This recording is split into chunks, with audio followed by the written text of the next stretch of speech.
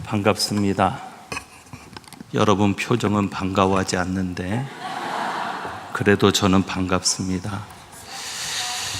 특별히 왜 반가운가 하면 울산 제1교회가 1906년 2월에 창립이 되었는데 저희 교회는 1906년 10월 1일에 창립이 되었습니다. 울산 제1교회와 같은 연도에 창립이 되어서 제가 더 기대하는 마음을 가지고 왔습니다. 1906년에 창립된 교회는 진짜 교회입니다. 그리고 그 교회에 속한 성도들은 진짜 교인들입니다. 진짜 교인들이시니까 봉헌하신 분들 이름을 안 불러도 되겠죠? 혹시 이름을 불러야만 헌금을 하겠다 하시는 분이 있으면 지금 말씀해 주시면 시간이 걸리더라도 이름을 꼭 부르겠습니다. 진짜 교인들이신 줄 알고 제가 잠깐 드리신 예물 위해 기도하겠습니다. 아버지 하나님 감사합니다. 오늘 주님의 뜻과 섭리 안에 저희가 있는 줄 압니다. 오늘 이 집회를 통해서 또 저희의 이 모임을 통해서 또 말씀을 통해서 하나님의 선하신 뜻이 온전히 이루어지는 시간 되게 하여 주옵시고 우리가 말씀대로 변화되며 말씀대로 사라지며 말씀대로 성장하는 은혜가 있게 하옵소서. 특별히 오늘 주님 앞에 귀한 예물을 봉헌합니다. 이 예물 하나하나 주님 기억하여 주시고 예물에 기록된 이름과 기도 제목과 감사의 내용을 주님 기억하셔서 하나님의 때에 하나님의 방법으로 역사하여 주옵소서. 이 시간 온전히 성령께서 함께 하실 줄 믿고 우리 주님 예수 그리스도의 이름으로 기도하옵나이다. 아멘. 여러분이 저를 보실 때 어떻게 저는 진짜 목사 같습니까? 가짜 목사 같습니까? 잘 보셨습니다. 오늘 기도해 주신 우리 이열 장로님께서는 진짜 장로님이신 것 같습니다. 어떻게 저를 한 번에 보고 능력 있는 종인 줄 알아보시는지 참 기가 막힙니다. 진짜 장로님이십니다.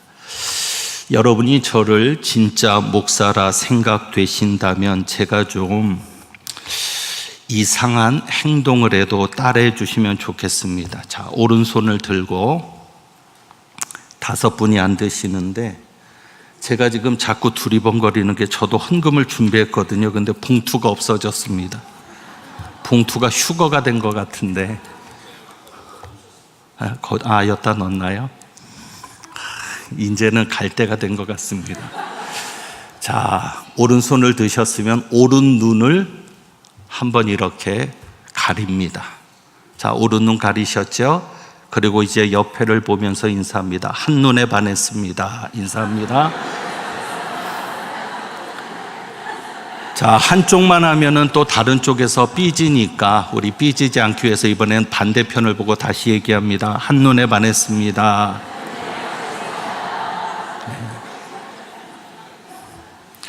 저도 여러분을 보고 한눈에 반했습니다. 교회를 보고 한눈에 반했는데요. 우리가 한눈에 반했습니다 라고 인사를 할 때 사실 무엇에 반했는가가 참 중요합니다. 우리가 흔히 반했다라는 이야기를 할 때 이렇게 성경적인 용어로 표현할 수 있겠는데요. 겉사람을 보고 반합니까? 속사람을 보고 반합니까? 사실은 겉사람입니다. 한눈에 반했습니다 라고 인사할 때 대부분 보면 겉사람을 보고 반하는 겁니다. 이런 생각을 해봅니다. 우리는 속사람을 보고 반할 수는 없을까? 여러분 혹시 그런 눈을 가지고 싶진 않으십니까? 겉사람보다는 속사람을 보고 반할 수는 없을까? 사실 울산 제1교회에서 진짜와 가짜라는 주제를 가지고 말씀을 전한다는 것이 의미 없는 줄 압니다. 왜냐하면 이 교회는 진짜 교회고 여러분은 진짜 성도들일 것이기 때문입니다. 내 진짜 가짜를 가지고 이야기를 시작하게 되는 이유는 사실 진짜 가짜는 겉으로는 모릅니다. 그렇잖아요. 겉으로는 명품과 짝퉁이 구별이 안 되는 겁니다. 그러니까 우리가 진짜 가짜의 문제를 가지고 이야기하는 것은 우리의 속사람에 관련된 이야기들을 이번 집회 기간 중에 풀어가 보고자 하는 겁니다.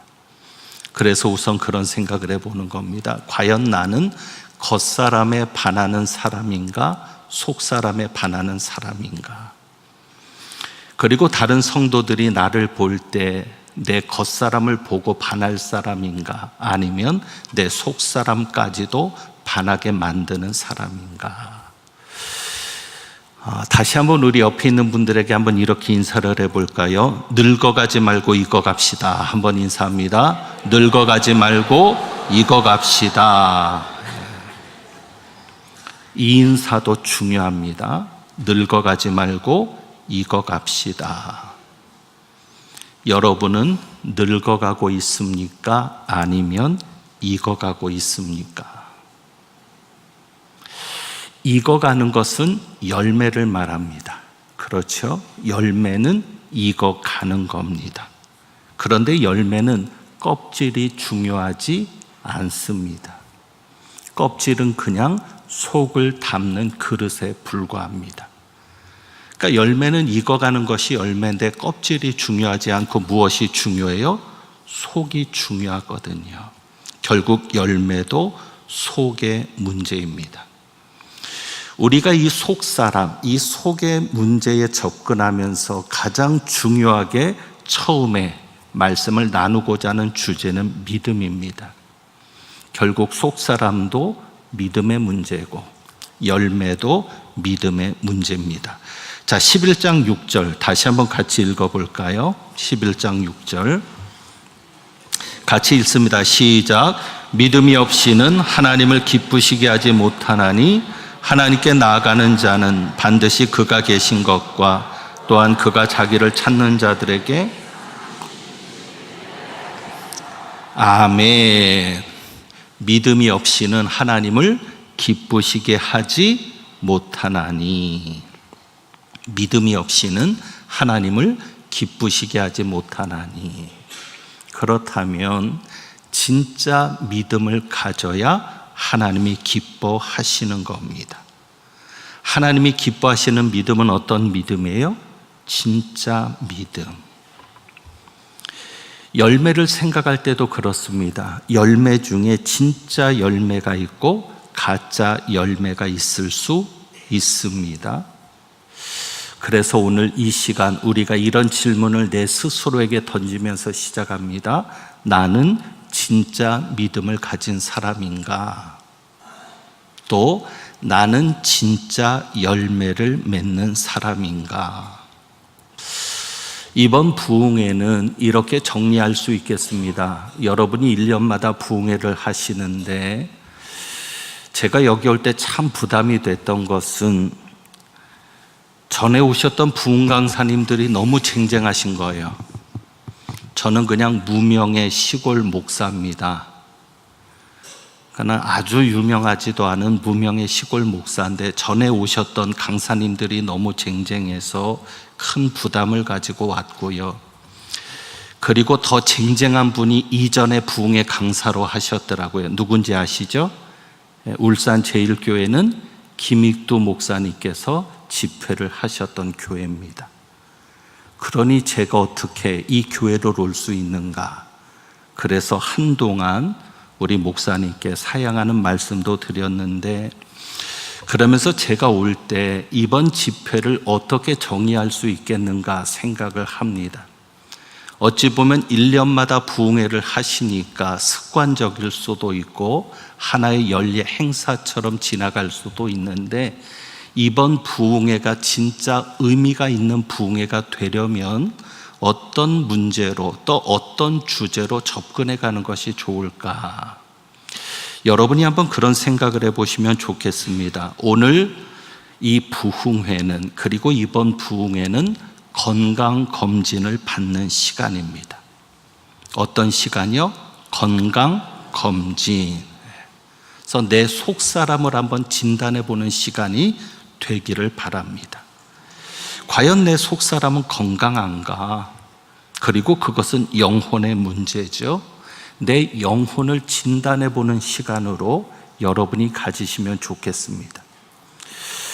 여러분이 딱 눈치를 채셔야 되는데, 이 정도 되면 무슨 눈치를 채야 되냐면, 저는 원고를 보고 해요.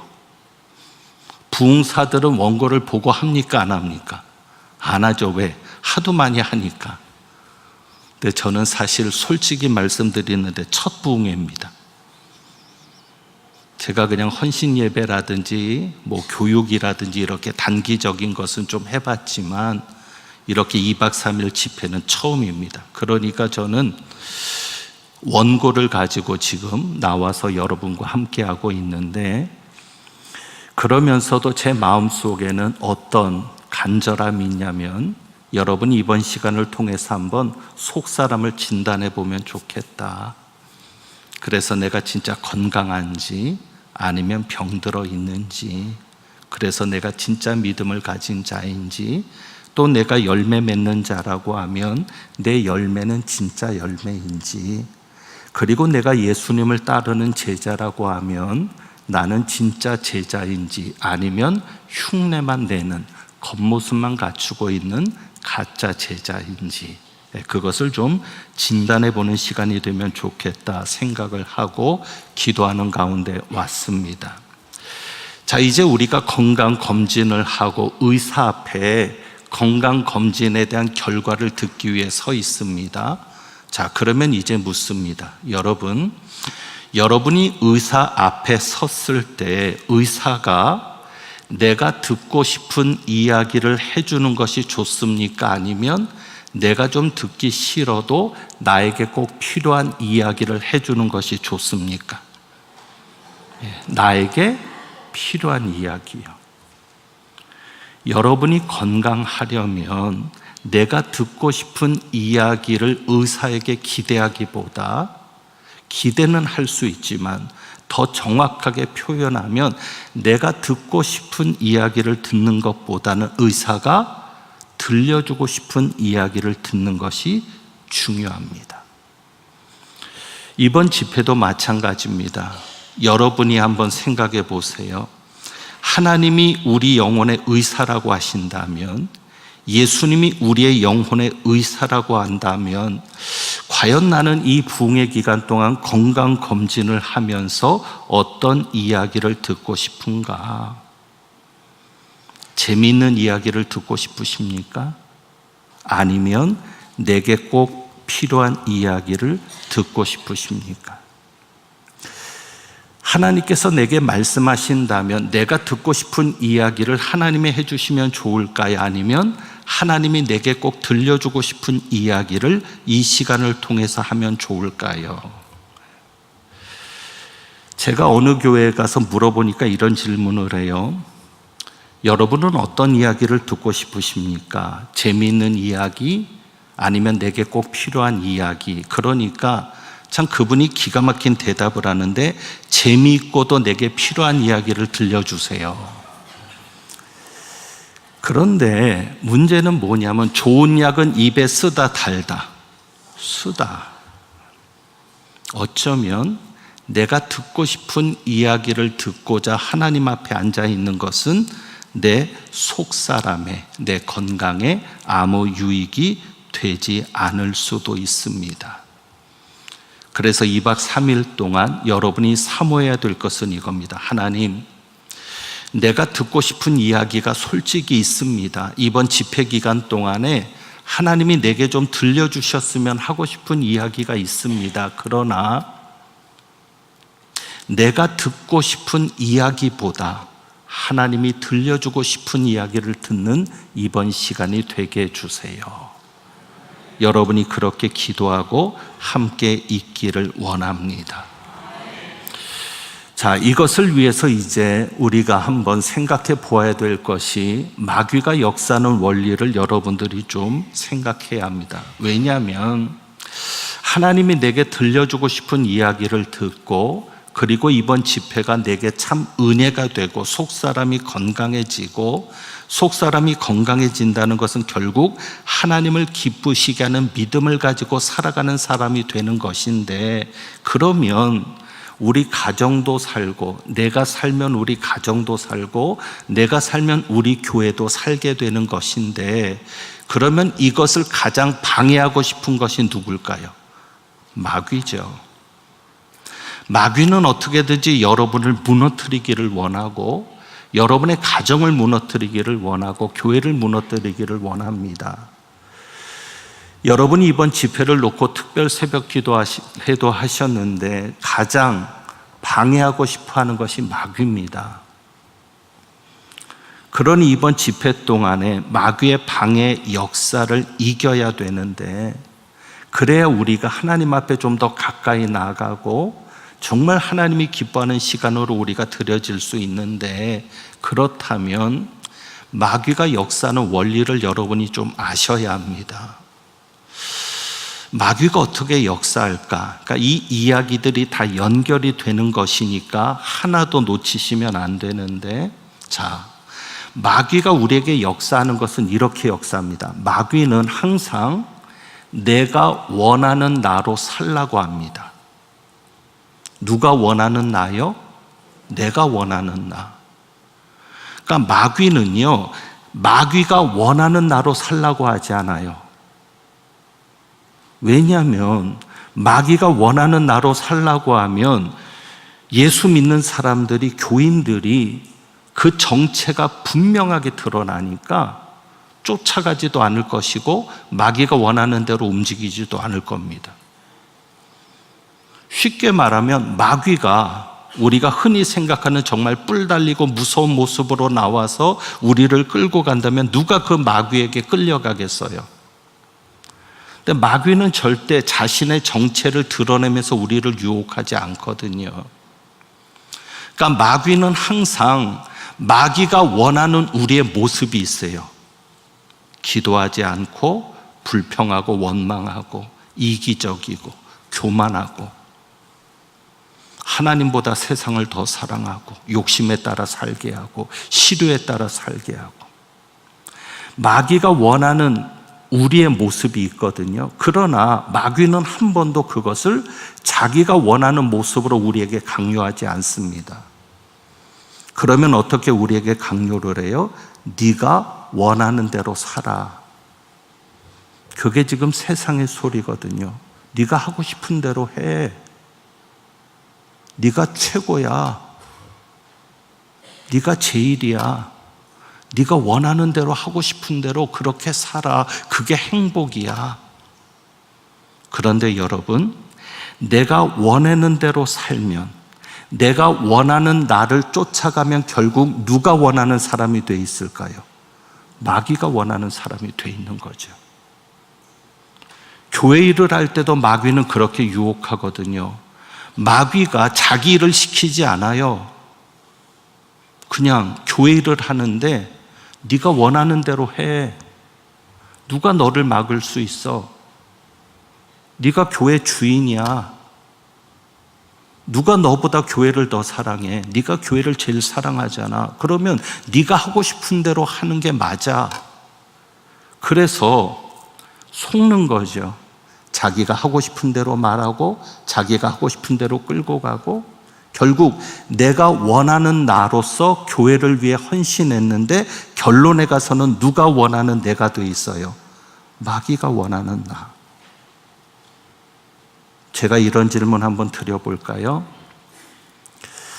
우리 울산 제일교회가 하나님이 원하시는 교회가 되면 좋겠습니까? 내가 원하는 교회가 되면 좋겠습니까? 하나님이 원하시는 교회. 저는 울산교회 홈페이지를 보고 감동했습니다. 뭐냐면 표어가 참 기가 막혀요. 울산 제일교회는 하나님의 기쁨을 위해 존재하는 교회입니다. 이것에 제가 감동했거든요. 적어도 여러분이 이런 주제를 가지고 모여서 예배하고 섬기고 사랑하고 하나님의 모습을 드러내는 공동체라면, 자, 다시 한번요. 울산 제일교회가 내가 원하는 교회였으면 좋겠습니까? 하나님이 원하는 교회였으면 좋겠습니까? 하나님이 원하는 교회. 자, 울산 제일교회가 내 마음에 드는 교회였으면 좋겠습니까? 하나님 마음에 드는 교회면 좋겠습니까? 하나님 마음에. 이것을 좀 다르게 바꿔볼까요? 자, 여러분, 우리 남편이 내 마음에 드는 남편이었으면 좋겠어요? 하나님 마음에 드는 남편이면 좋겠어요? 하나님 마음. 자, 우리 김성수 목사님께서 하나님 마음에 드는 목사였으면 좋겠습니까? 내 마음에 드는 목사였으면 좋겠습니까? 하나님 마음. 자, 그런데 아세요? 여러분이 시험에 들 때는 누구 마음에 안 들어서 시험에 들어요? 알기는 잘 아시네요. 봉사를 하다가 시험에 들 때는 하나님 마음에 안 들어서 시험에 듭니까? 내 마음에 안 들어서 시험에 듭니까? 내 마음에 안 들어서. 그렇게 연애할 때는 당신 없이는 못 산다고 했다가 결혼하고 나서는 당신 때문에 못 살겠다 그러는데, 내 마음에 안 들어서 못 사는 겁니까? 하나님 마음에 안 들어서 못 사는 겁니까? 내 마음. 뒤에서 누가 좋아할까요? 마귀가 좋아하는 거죠. 그러니까 사탄이 원하는 것은, 세상이 지금 그런 소리를 내고 있어요. 광고도 그렇고요. 우리 젊은이들은 특별히 더 잘할 겁니다. 네 마음대로 해. 네가 원하는 대로 해.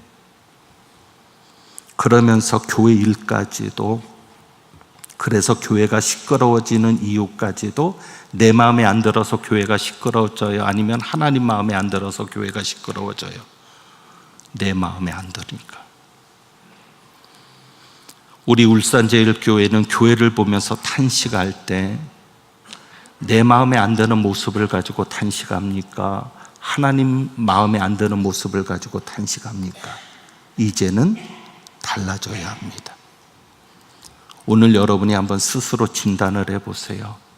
내가 교회 일을 하다가 시험에 들고 참 교회가 마음에 안 들어지고 목사님도 마음에 안 들고 일꾼들도 마음에 안 들 때 내 속사람을 진단해 보는 거예요. 정말 내 마음에 안 들어서 마음에 안 드는 건지, 하나님 마음에 안 들어서 마음에 안 드는 건지, 그게 분명하게 나와야죠.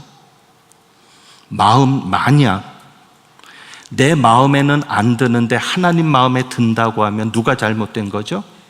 내가 잘못된 거죠. 그러면 내 마음을 바꿔야죠. 그래서 여러분이 마귀에게서 오는 시험이나 마귀에게서 오는 도전이나 마귀의 방해 역사나 이 모든 것을 이기고 정말 내 속사람이 건강하고 하나님이 기뻐하는 믿음을 가지려면 이제 중요한 것이 이겁니다. 하나님을 위해 사는 내가 되어야 합니다. 하나님을 위해 사는 나.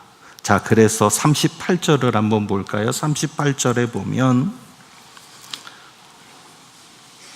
히브리서 11장 38절, 우리가 6절까지만 읽었지만 히브리서 전체 11장 전체를 한번 묵상하는 겁니다. 38절 같이 읽습니다. 시작. 이런 사람은 세상이 그들이 광야와 산과 동굴과 토굴에 유리하였느니라. 아멘. 이런 사람은 세상이 감당하지 못하느니라. 어떤 사람이요? 하나님을 위해 사는 사람. 나를 위해 사는 사람은요, 마귀가 얼마든지 우습게 여겨요. 세상이 얼마든지 그를 가지고 놀아요. 유혹받기도 쉬워요. 왜? 그가 원하는 것만 던져주면 넘어오니까. 하지만 하나님을 위해 사는 사람은 마귀도 어쩔 수가 없어요. 세상도 감당할 수가 없어요. 그래서 오늘 먼저 여러분이 정리할 것이 이겁니다. 하나님을 위해 사는 내가 됩시다. 하나님을 위해 사는 내가 되어야 합니다.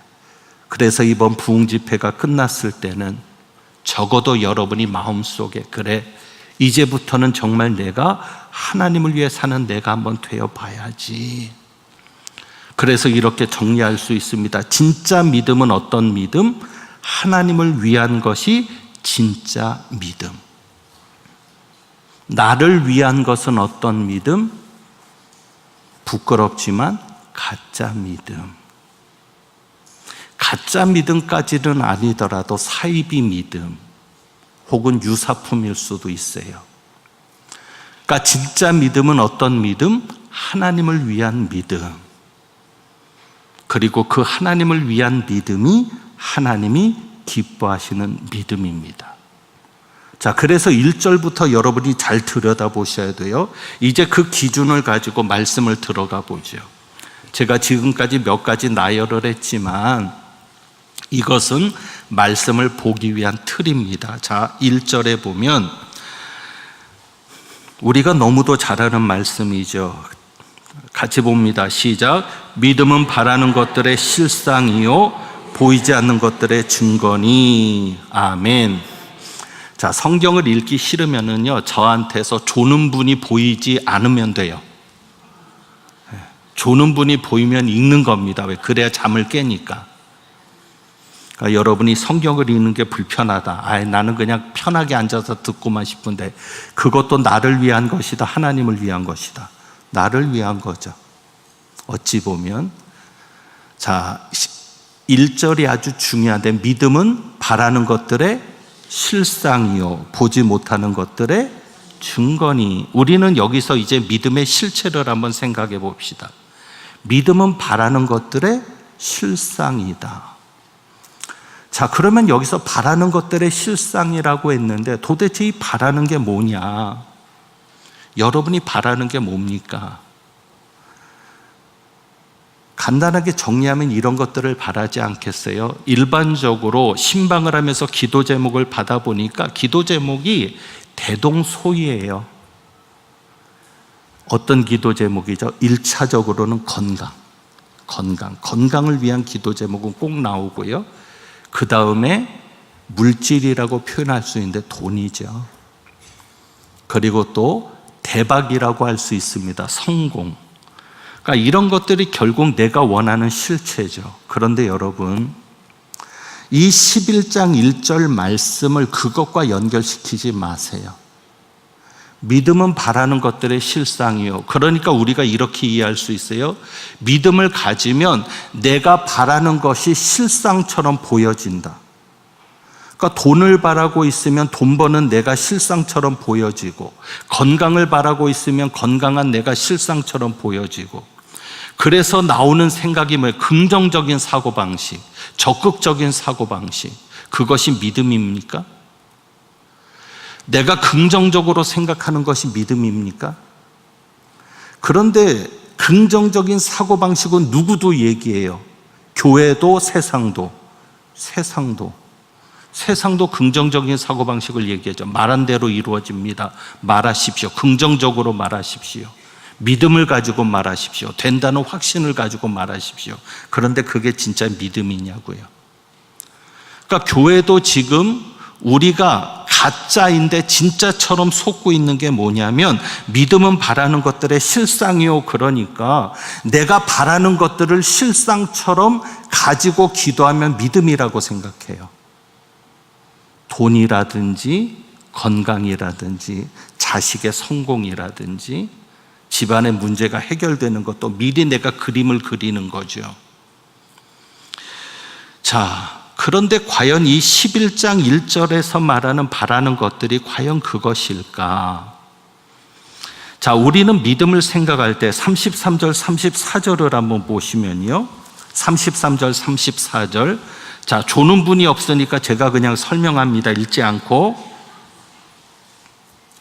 33절 보면 그들은 믿음으로 나라들을 이기기도 하며 의를 행하기도 하며 약속을 받기도 하며 사자들의 입을 막기도 하며 불의 세력을 멸하기도 하며 칼날을 피하기도 하며. 이 정도 되면은 뒤에는 좀 따라하는 사람도 있는데 우리 교회도 113년 된 교회거든요. 우리 교회는 이 정도 나가면 좀 박자를 맞춰주던데. 제가 그래서 저희 교회 설교만 하려고 하는 게 그런 이유예요. 아무래도 이게 쿵짝이 잘 안 맞잖아요, 처음에는. 그러니까 이해하시고, 자, 다시 한번. 그들은 믿음으로 나라들을 이기기도 하며 의를 행하기도 하며 약속을 받기도 하며 사자들의 입을 막기도 하며 불의 세력을 멸하기도 하며 칼날을 피하기도 하며 연약한 가운데서 강하게 되기도 하며 전쟁에 용감하게 되어 이방 사람들의 진을 물리치기도 하며, 자, 35절에는 더 기가 막힙니다. 여자들은 자기의 죽은 자들을 부활로 받아들이기도 하며. 자, 그런데 이 35절부터는 분위기가 확 바뀌어요. 어떻게 바뀌는 줄 아세요? 자, 33절, 34절은 우리가 바라는 믿음이죠. 쉽게 말하면 여러분이 왜 믿음을 이야기합니까? 기적을 체험하고 싶거든요. 우리가 왜 믿음을 가지려고 해요? 하나님의 역사를 보고 싶거든요. 그 하나님의 역사가 뭐예요? 나라들을 이기고 의를 행하고 사자들의 입을 막고 불의 세력을 막고 칼날을 피하기도 하며, 사스가 와도 믿음을 가지면 사스가 왔다가도 물러가는, 우리가 생각하는 믿음은 그게 믿음이죠. 그게 내가 바라는 믿음이죠. 바라는 것들의 실상이라고 얘기하면서 결국 내가 바라는 믿음은 뭐예요? 33절, 34절이에요. 그런데 35절 가서 보세요. 그들은 믿음으로 심한 고문을 받되 구차히 풀려나기를 원하지 아니하였으며, 또 36절에서는 어떤 이들은 믿음 때문에 조롱과 채찍질 뿐 아니라 결박과 옥에 갇히는 시련도 받았으며, 38절까지 여러분들이 보시면, 자, 이제 다시 여러분 생각해 보세요. 왜 우리는 믿음을 이야기하면서 33절과 34절만 믿음이라고 기대하고 있었을까?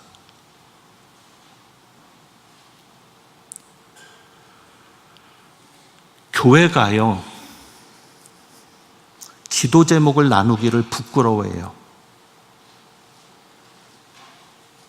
정말 기도해야 될 일인데 집안에 환자가 생겼거든요. 정말 하나님 앞에 매달릴 수밖에 없는 환자인데 기도 제목을 내놓기를 부끄러워해요. 왜? 믿음이 없다 그럴까 봐. 믿음이 있으면 그런 병에 걸릴 수 있어? 예배도 열심히 드리고 기도도 열심히 한다고 하더니 어떻게 집안에 그런 일이 생겨?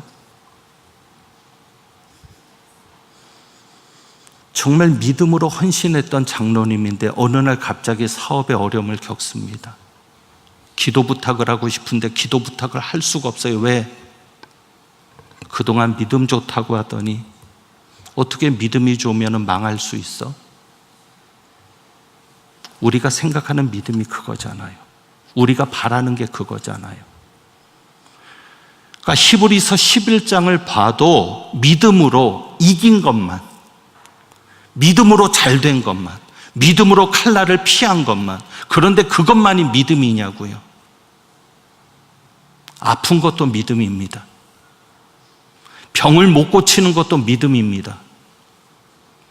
망하는 것을 어떻게 돌이킬 수 없었던 것도 믿음입니다. 분명히 여러분 보시죠. 35절부터 37절, 38절까지 왜 믿음 있는 사람들이 광야와 산과 동굴과 토굴에 유리해요? 믿음이 있으면 아파트도 더 넓은 평수로 옮겨가야죠. 믿음이 있으면 아파트도 잘 청약이 되고 당첨도 잘 돼서 앉아서 돈을 벌어야죠. 믿음이 있으면 사놓은 땅마다 땅값이 올라야죠. 왜 믿음이 있는데 사놓은 아파트마다 떨어집니까? 자, 이제 11장 1절의 실체를 아시겠어요? 그러니까 우리는 그렇게 생각하고 살았잖아요. 가난하면 믿음이 없다고 책망하고, 병들면 믿음이 없다고 책망하고, 그런데 과연 그것이 믿음이냐는 거죠. 자, 여기에 이제 공통점이 있습니다. 33절부터 37절까지 정반대 모습이에요. 어떤 사람들은 믿음을 가지고 기적을 체험했는데 어떤 사람들은 믿음 때문에 더 힘들어졌어요. 똑같은 결과입니다. 그렇죠? 그런데 여기에 공통점이 있습니다. 공통점이 있습니다. 우리는 그 공통점을 찾는 겁니다. 어떤 공통점이 있어요? 믿음으로 기적을 체험했던 사람도, 혹은 믿음을 가지고 있었지만 병들었고, 믿음이 있었지만 가난했고, 믿음이 있었지만 오히려 핍박을 받았고, 믿음이 있었지만 더 학대를 받았던 이들도 공통적인 게 있는데, 그것이 뭐예요? 이 둘은, 혹은 이 모든 사람은 누구를 위해 살았다? 하나님을 위해 살았다. 그것만이 중요한 거죠. 어떤 이는 하나님을 위해 살다가 어느 때는 기적도 경험하지만 하나님을 위해 살았다고 해서 고난이 없는 것도 아니잖아요. 예수님이 배 안에 계셨어도 풍랑은 있었다 없었다? 있었다. 자, 그러면 바라는 것이 무엇이냐? 40절에 보면은요, 40절.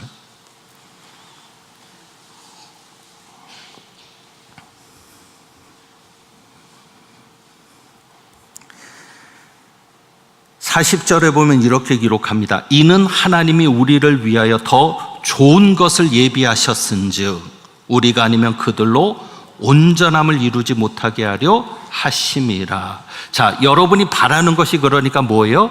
더 좋은 거, 더 좋은 거. 그런데 이 더 좋은 것이 내가 좋은 거, 하나님이 좋은 거.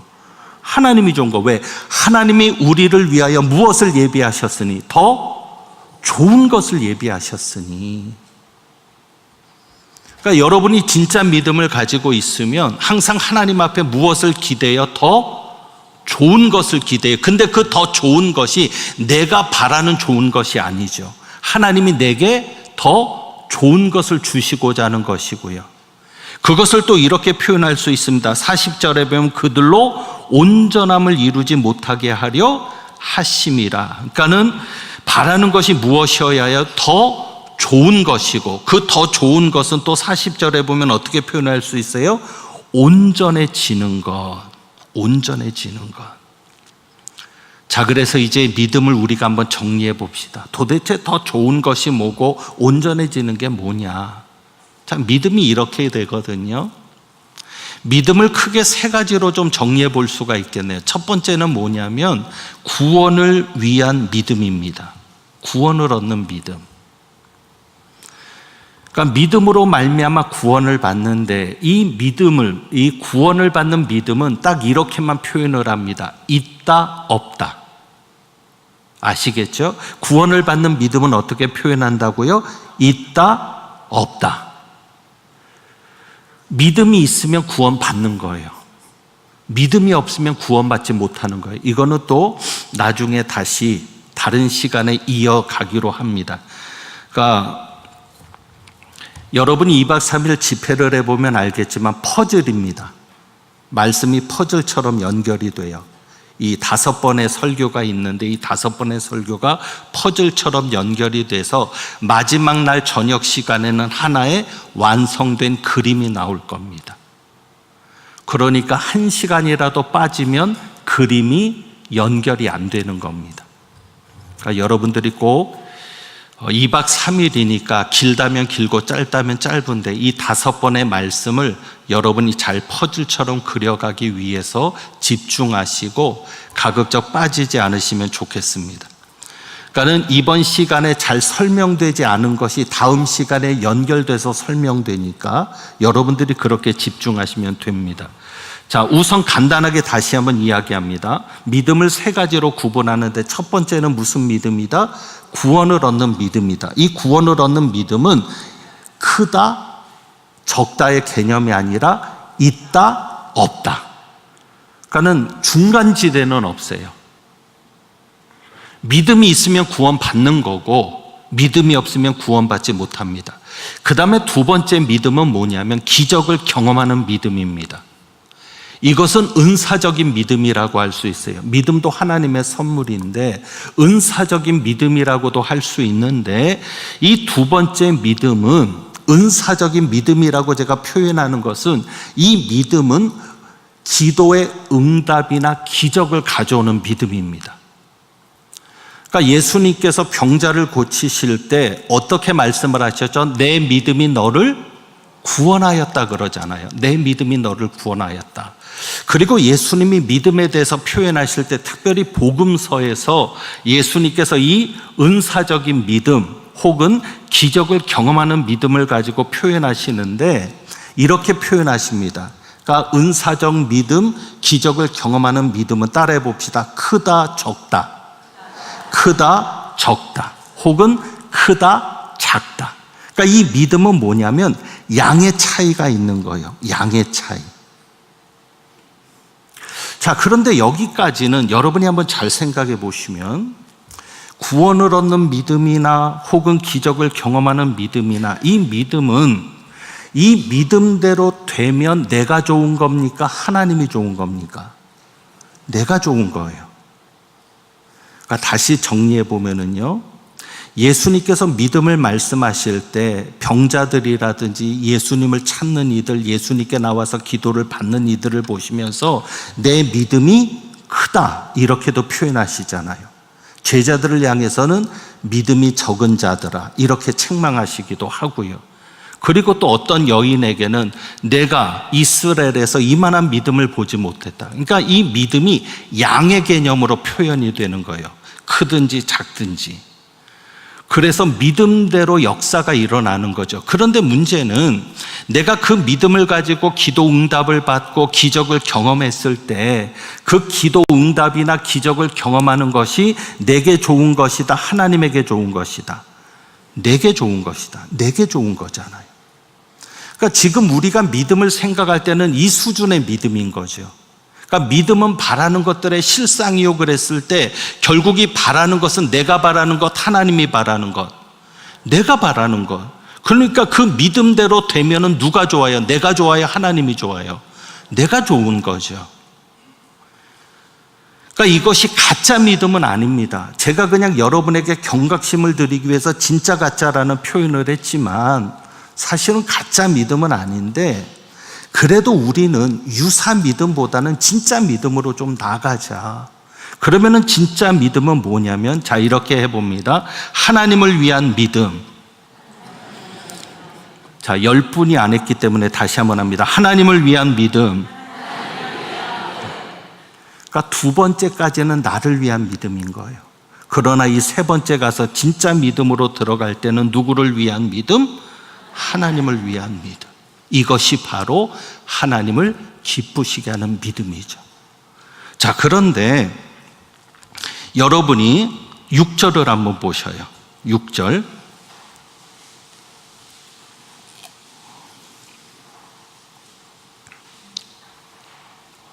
6절을 보면 믿음이 없이는 하나님을 기쁘시게 하지 못하나니, 그렇게 말씀하면서 하나님께 나아가는 자는 무엇을 믿어야 할지니라? 반드시 그가 계신 것과 또한 그가 자기를 찾는 자들에게 상 주시는 이심을 믿어야 할지니라. 자, 하나님을 기쁘시게 하는 믿음을 이야기하면서 두 가지를 이야기합니다. 하나는 무엇을 이야기해요? 하나님이 계신 것을 믿어야 하나님을 기쁘시게 하는 믿음을 가진다. 그리고 두 번째는 무엇을 믿어야 된다는 거예요? 자기를 찾는 자들에게 상 주시는 이심을 믿어야 한다. 이게 어떻게 연결이 될까요? 여러분 다 믿잖아요. 하나님이 계신 거 안 믿는 사람 있어요? 없어요.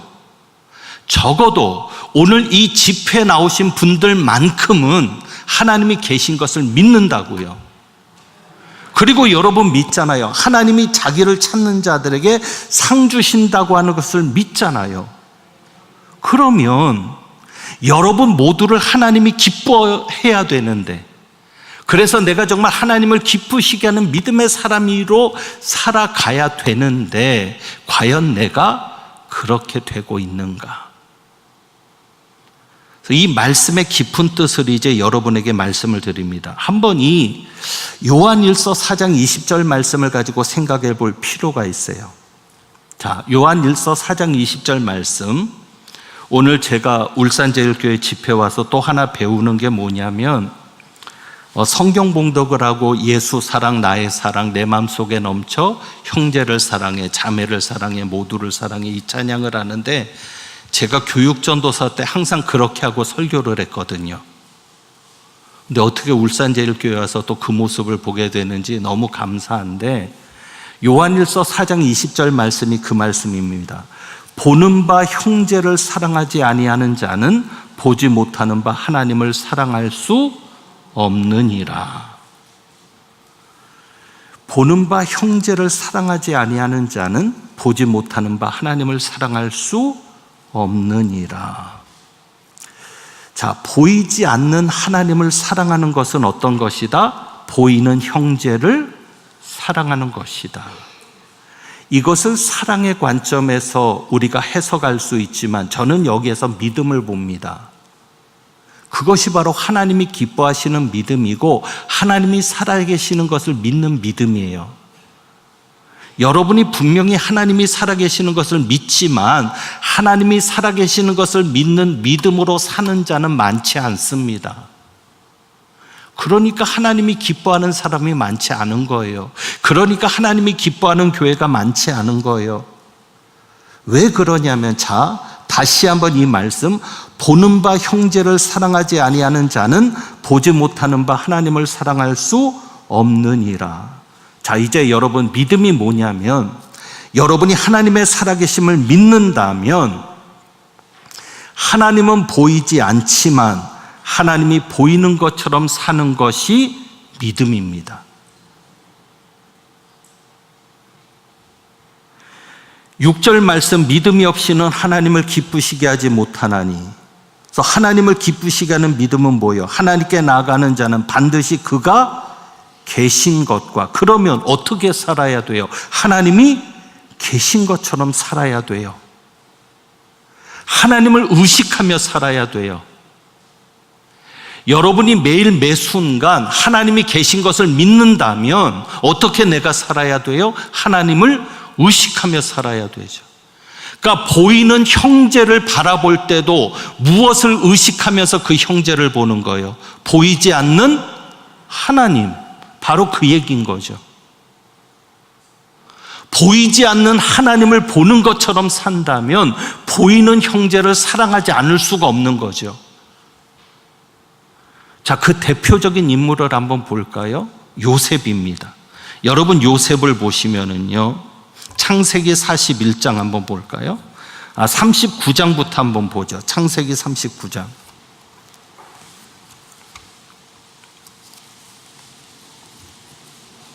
창세기 39장. 이거는 좀 구절이, 여러 구절이 있기 때문에 여러분들이 눈으로 확인하면서 보셔야 합니다. 창세기 39장.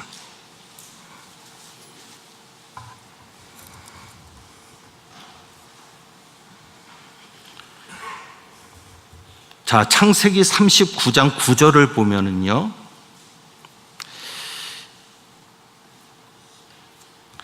(39장) 2절에서는 우리가 너무도 잘 아는 구절이 있어요. 여호와께서 요셉과 함께 하심으로 그가 형통한 자가 되어 그의 주인 애굽 사람의 집에 있으니. 요셉이 형통한 자가 된 비결이 뭐죠? 하나님이 요셉과 함께 하신다는 거죠. 그러니까 하나님이 함께 하는 사람은 형통한 자가 이미 되어 있는 겁니다. 근데 형통한 자가 되어 있었어도 노예다 아니다? 노예다. 형통한 자였어도 감옥에 있다 없다? 감옥에 있다. 그러니까 여러분의 생각을 바꿔야 돼요. 내가 바라는 대로 돼야 형통한 게 아니라 하나님이 원하시는 대로 돼야 형통입니다. 지금 요셉은 하나님이 원하시는 사람이 된 거예요. 비록 그가 노예지만, 비록 그가 죄수지만, 겉으로 볼 때는 겉사람은 노예고 죄수지만 그의 속사람은 하나님이 지금 원하는 사람이 된 거예요. 그게 바로 형통한 자가 된 거죠. 그러면 요셉이 형통한 자가 된 이유는 뭐죠? 하나님이 함께 하셨다는 거죠. 그것을 우리는 뭐라고 얘기죠? 하나님과 동행했다. 히브리서 11장 5절에 보면 누가 나오죠? 히브리서 11장 5절. 아까 여러분 읽으셨는데 대표적으로 누가 나옵니까? 에녹이 나옵니다. 에녹이 죽음을 보지 않고 옮겨갑니다. 하나님께서 에녹을 인정하십니다. 그런데 창세기 5장에 가서는 에녹의 특징이 한마디로 나옵니다. 에녹은 하나님과 동행했다고 얘기합니다. 도대체 하나님과 동행한다는 게 뭘까? 하나님이 함께 하신다는 게 뭘까? 우리도 믿잖아요. 하나님이 나와 동행하시고 하나님이 나와 함께 하시는 걸 믿잖아요. 그런데 히브리서 11장에서 말하는 하나님이 계신 것을 믿으라는 믿음은 그 차원이 아니거든요. 왜? 그 차원이 아니어야 하나님을 기쁘시게 하는 믿음으로 살 수 있거든요. 자, 그러면 그게 뭐냐? 우리는 그 예를 요셉을 통해서 보자는 거죠. 자, 어떻게 볼 수 있냐면 39장 9절입니다. 39장 9절에 보면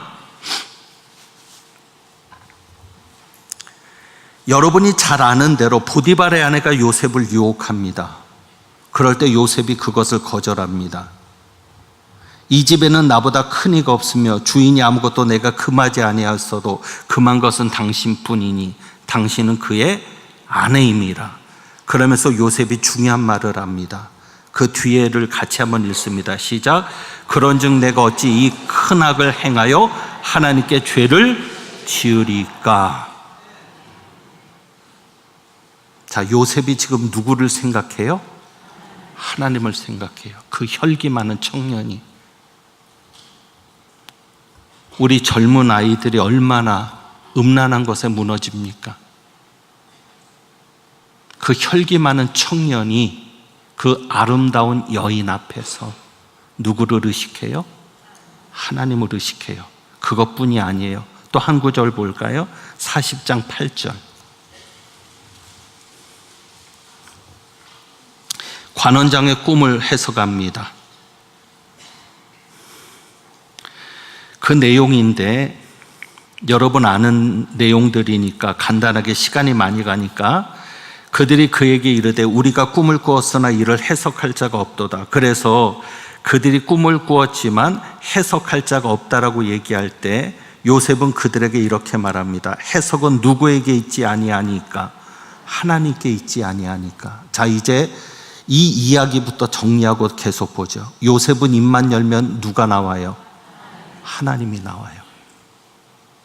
여자 앞에서도 하나님, 관원들 앞에서도 하나님이. 또 볼까요? 창세기 41장 16절.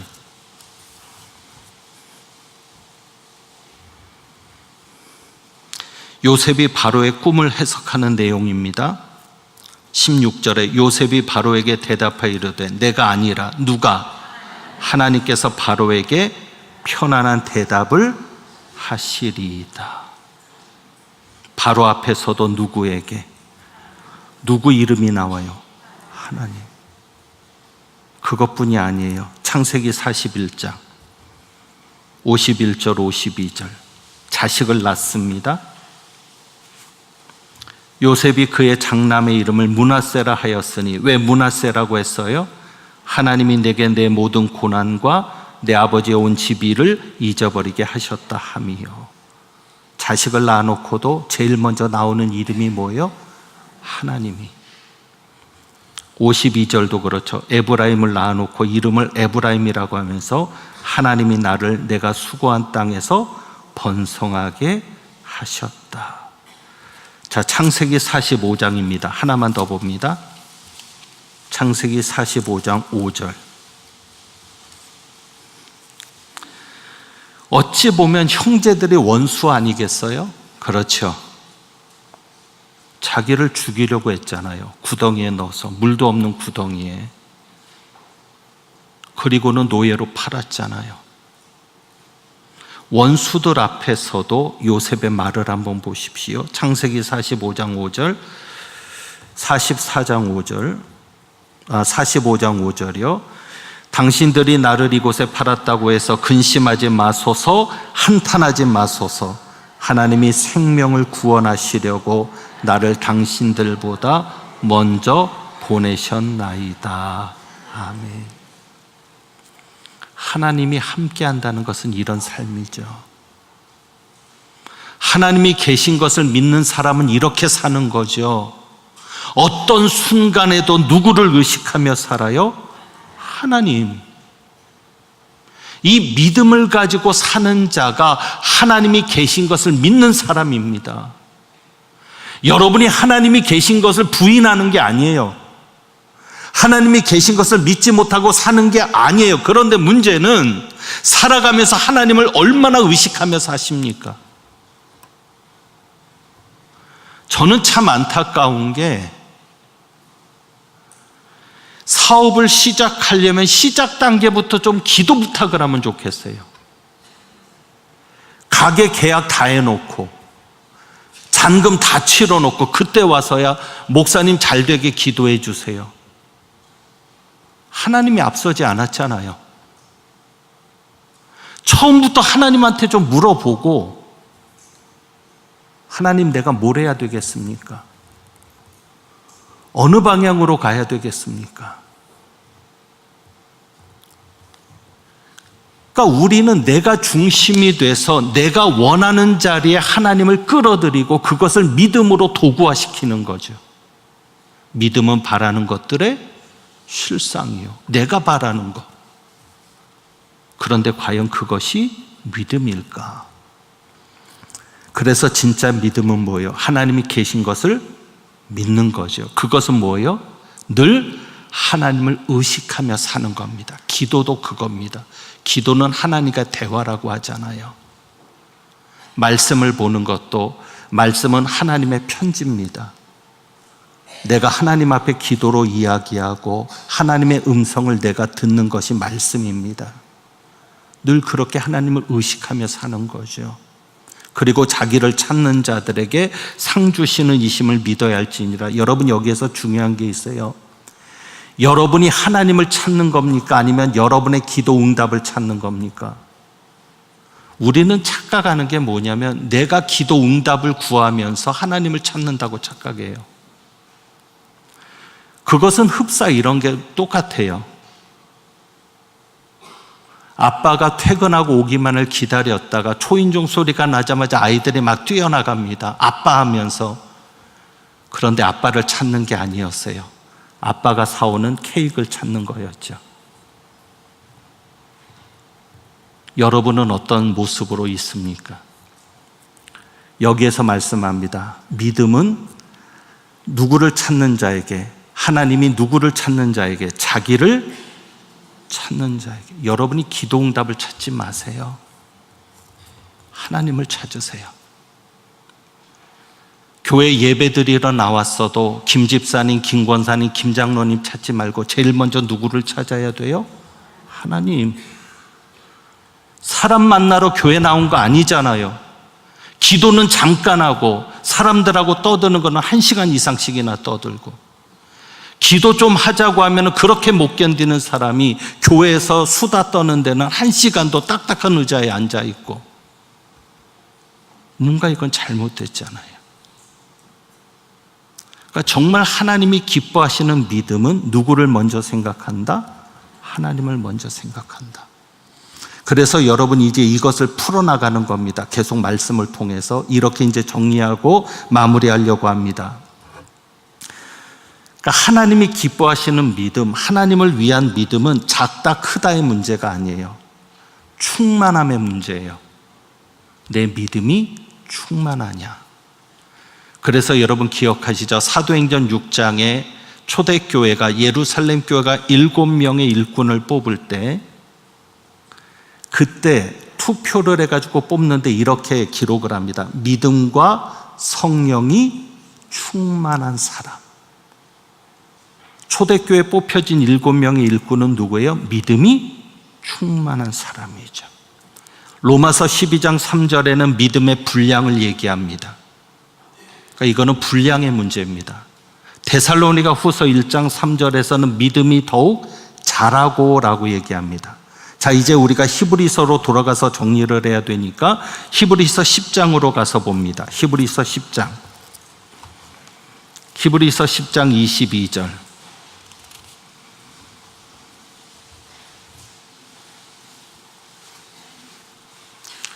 히브리서 10장 22절 봅니다.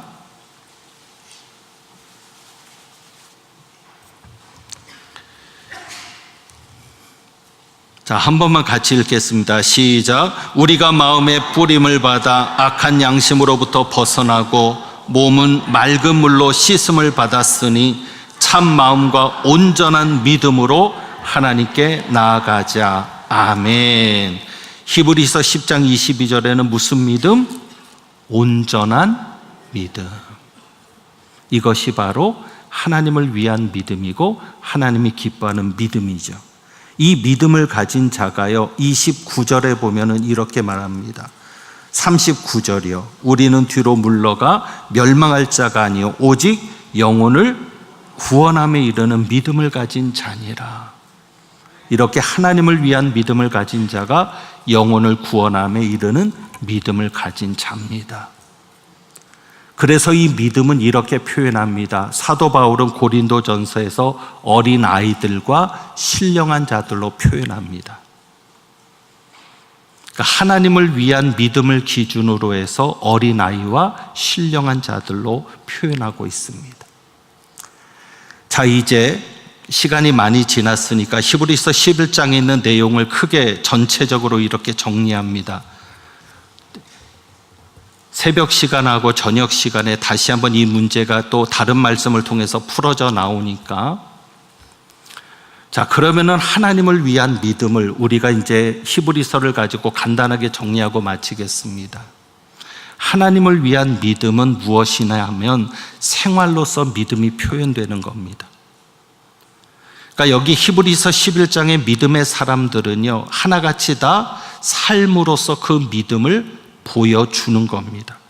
그래서 여기 보면 11장 1절의 말씀을 다시 보면 믿음은 바라는 것들의 실상이요 보이지 않는 것들의 증거니 선진들이 이로써 증거를 얻었느니라. 이 증거를 여러분들이 이렇게 이해하셔야 돼요. 뭐냐면 내 속사람이 보이지 않잖아요. 내 믿음이 보이지 않잖아요. 그런데 이 믿음이 무엇으로 표현되니까? 삶으로 표현되니까. 아벨 같으면은 하나님 앞에 더 나은 제사를 드리는 것으로, 모세 같으면 어떤 삶으로 표현됐어요? 애굽의 모든 보화를 우습게 여기는 모습으로. 이해되시죠? 그러니까 여러분들이 하나님을 위한 믿음, 하나님이 기뻐하시는 믿음은 내 삶으로 표현이 된다. 내 삶으로 겉으로 나타난 그런 모습으로 표현이 된다. 그리고 이제 두 번째로 정리할 것은 이겁니다. 제가 오늘 말씀드리고 강조하고 마무리 짓고 싶은 게 이 말씀인데, 여러분이 진짜 믿음을 가지는 사람은요, 천국을 바라보며 사는 사람입니다. 그러니까 히브리서 11장의 믿음은 크게 두 가지로 그려질 수 있습니다. 하나는 어떤 믿음? 내 속사람이 삶으로서 보여지는 믿음. 내가 하나님이 기뻐하는 사람인지 아닌지가 내 삶으로서 보여지는 믿음. 그래서 믿음은 바라는 것들의 실상이고 보이지 않는 것들의 증거라고 했던 겁니다. 그러니까 믿음을 가진 사람은 그 믿음을 가지고 증거를 받는 거예요. 삶으로 보여졌으니까, 열매로 보여졌으니까. 그게 믿음이고, 히브리서 11장에 또 그려지는 또 하나의 믿음은 뭐다? 천국을 바라보는 믿음이다.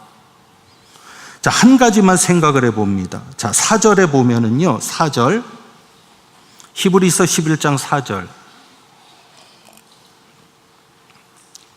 여러분이 이 천국을 바라보는 믿음을 갖지 않으면요, 정말 이 믿음이 근본부터 흔들릴 수밖에 없어요. 왜냐하면 11장 4절에 보세요. 믿음으로 아벨은 가인보다 더 나은 제사를 하나님께 드림으로.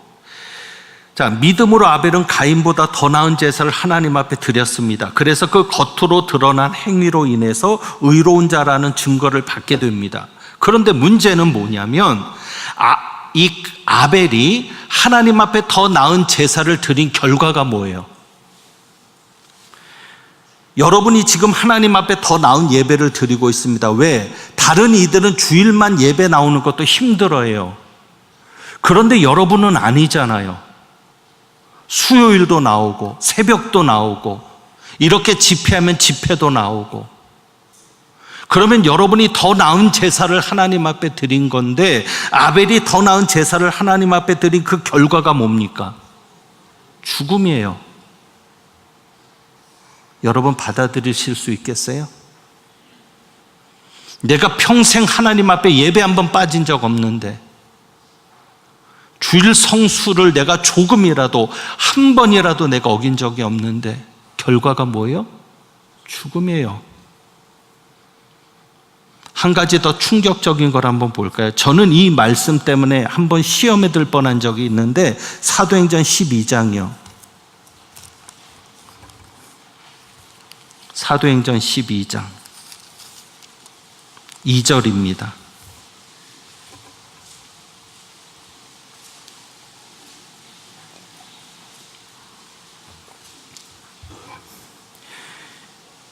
여러분 좀 이해를 하세요. 제가 이게 부흥회를 오래 해서 달고 다른 목사면은 이게 시간 개념이 있거든요.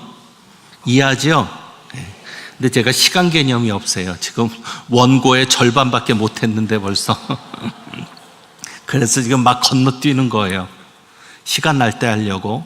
중요한 것만 짚어드립니다. 사도행전 12장에 보면 첫 순교자, 사도들 가운데 순교자가 하나 나옵니다. 그때 헤롯 왕이 손을 들어 교회 중에서 몇 사람을 해하려 하여 요한의 형제 야고보를 칼로 죽이니, 예수님이 늘 함께 데리고 다녔던 세 명의 제자,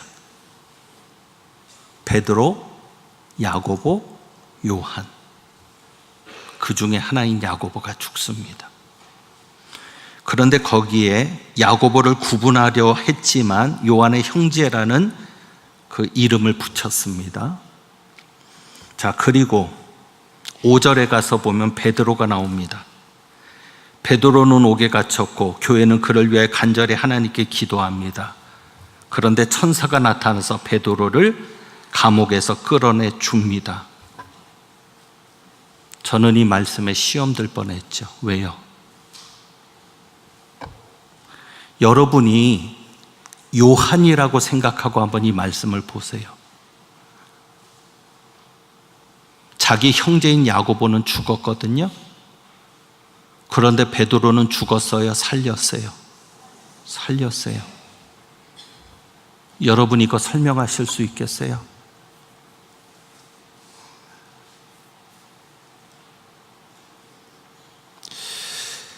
간증도 잘하셔야 됩니다.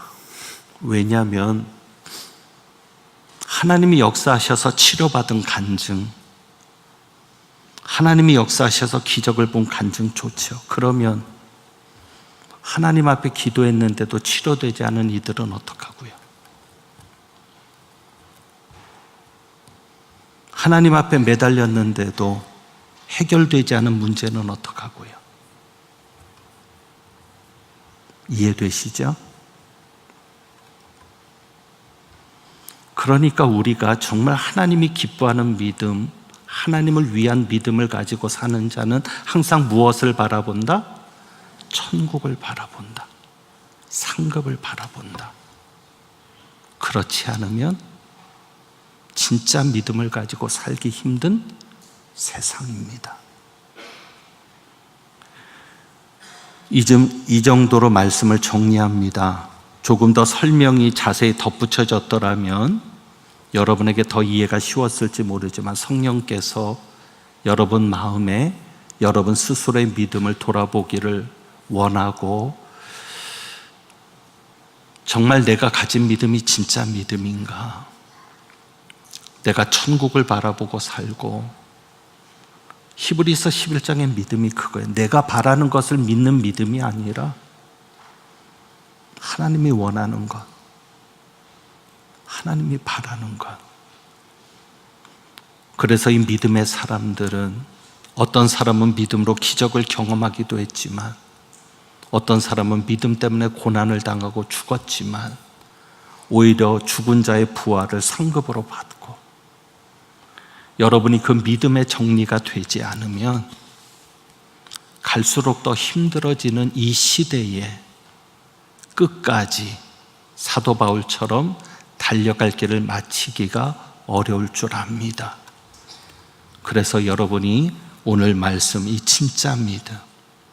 그래서 제가 여러 가지를 이야기했지만 하나하나 여러분의 마음에 새겨졌을 줄 알고, 이제 우리가 그 믿음을 가지고 한번 이 찬양을 한번 드려볼까요? 내일 일은 난 몰라요.